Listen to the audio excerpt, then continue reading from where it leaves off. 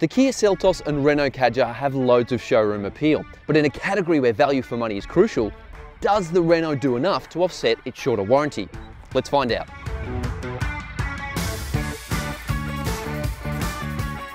While the Kia costs $3,000 less than the Renault, both models deliver a good blend of safety, technology and interior space.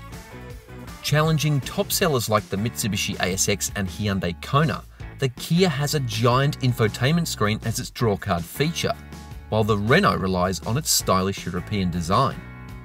These two are pretty close in terms of cap price servicing costs, with only $100 between them over 3 years. But take into account the Kia's 7-year warranty, which trumps the Renault's 5 years, and it starts to make for a more appealing deal. Despite the term small SUV, these vehicles are rapidly growing in size. The Kia has more boot space, but the Renault has more amenity. Check out the secret floor compartments, and these covers double as cargo dividers. It's pretty cool. Both have 60-40 split seats, but the Renault gets more room when they're folded down, and in the latter, it can be done from the back seat as well. As for the back seat, well, the Seltos is surprisingly roomy. I'm 6 foot tall and I've got plenty of knee room, leg room and headroom. I wouldn't be upset to spend a lot of time back here. Seat comfort is good, and there's a fold-down armrest with twin cup holders. There are also 2 ISOFIX and 3 top tether anchorages for child seats. Back of the Kadjar, and knee room not quite as good, leg room not as good either, and the seat is closer to the ground, which lifts your knees a bit. Headroom definitely worse, and that's because of the panoramic glass roof. But unlike the Seltos, it gets air vents and 2 USB ports, which will be a godsend if you've got kids. There's also a fold-down armrest for extra comfort. Right, the captain's chair of the Seltos, and this is really nice. Fit and finish is great. Oh, this gear shifter, gorgeous. The driving position, really good. The way the controls are labelled and set out, very sensible. And the seats, really nice. They've got a bit of a Nordic look and feel, and really comfortable too. But the drawcard feature is a class-leading 10.2-inch touchscreen. It has super crisp visuals, can split the screen 3 ways, and even allows 2 phones to be wirelessly connected at once, allowing for multiple apps to run simultaneously. The infotainment system is intuitive and functional and works with Android Auto and Apple CarPlay. It also has a self-dimming rear view mirror, and the reversing camera is okay with a so-so resolution.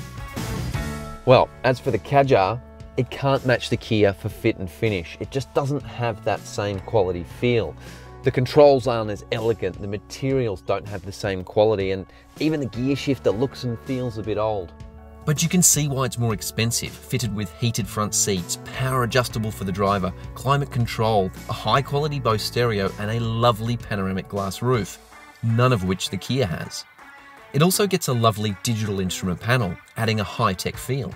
Sadly, this modern look and feel is sorely lacking where the infotainment system is concerned. The 7-inch touchscreen is significantly smaller than the Kia's, and it looks and feels cheap, and the lack of a volume dial is irritating.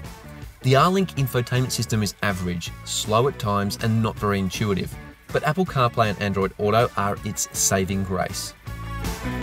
Despite Renault's extra features, the Kia's epic infotainment system and high-quality fit-out make it the top choice here. Alright, time to get moving to see how they compare on the road.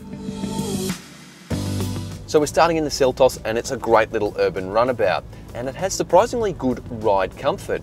Part of that is because of the small 17-inch alloy wheels, they give a bit more give, and the other part is the Aussie suspension tune. It's tailored for Aussie conditions, so while you get that engagement and the good steering, it's also quite fun to drive. It's a good urban runabout, generally smooth and quiet in operation. Power output is ample, channeled to all 4 wheels via a 7-speed dual-clutch automatic. Ride comfort in the Kadjar isn't bad, but it's not as smooth as the Kia. It doesn't absorb lumps and bumps in the road quite as effectively. Part of that's due to the big 19-inch alloy wheels. Don't get me wrong, they look great, but they do tend to thump loudly over speed bumps and things like that.